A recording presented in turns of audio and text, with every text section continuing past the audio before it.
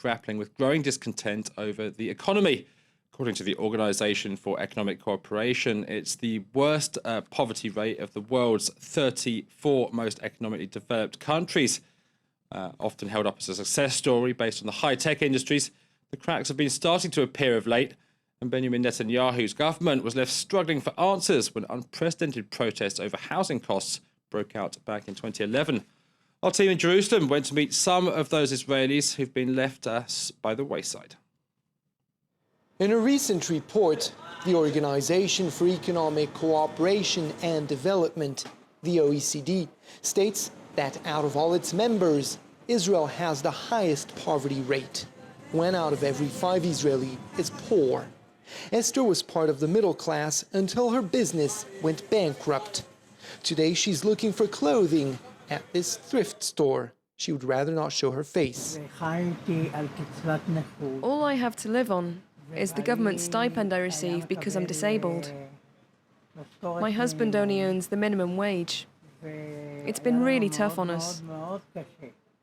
The man who runs this facility and a few dozen others across the country says that over the past few years he has seen an increase in the number of families having to resort to donations for their livelihood.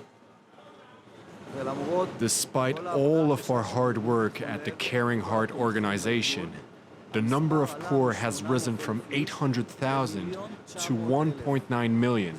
That means that 1.1 million Israelis who were part of the middle class have gradually fallen below the poverty line. Obstacles preventing the poorest citizens from climbing the social ladder, disenfranchised suburbs, and wealth being concentrated into the hands of a few who contribute little to society are some of the factors that this sociologist points to when he analyzes the reasons for which the number of needy people is growing in Israel. He blames the government for cutting social spending while favoring big business. It demands of our biggest corporations very low taxes, which could have been used to provide for education, social security, health services to the entire population. The outskirts of Tel Aviv is one of the areas where lines can become blurry between Israel's middle class and its poor. Esther has a decent apartment, but she tells us that without any extra government help, she cannot afford both rent and food. So she relies on care packages. This is part of a trend which some Israelis are finding hard to reverse.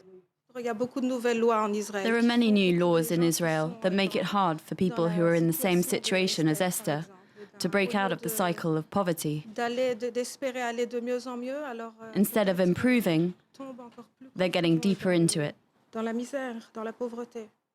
OECD also ranked Israel 5th amongst its members, with the largest income gaps between the rich and the poor.